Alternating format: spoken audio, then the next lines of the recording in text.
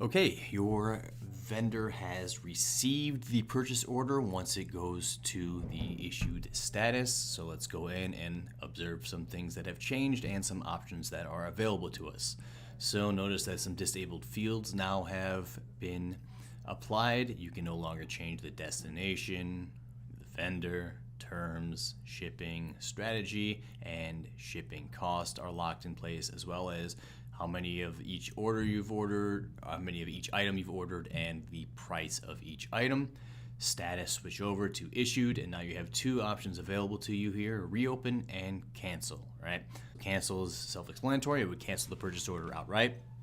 Reopen would kick the status of the purchase order back into draft status and allow you to edit some things in case maybe you didn't want to order the second line item, or you didn't order enough and you need to change this from 3 to 5 or to 7, whatever it's going to be, change the price around.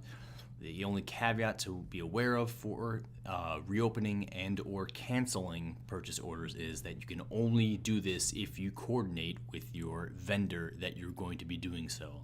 So this is kind of enforced when you try to click on the button for canceling. It says this purchase order has already been issued to the vendor. If you cancel it, you will need to ensure that the vendor has not already shipped any/all of this order. That way you don't get duplicate orders, right? Or you try to cancel it, you think you don't want it, and they still send it, and then you get into an argument with your vendor, whatever the situation may be. So you would have to confirm with them before you're able to go ahead and cancel and or reopen a purchase order.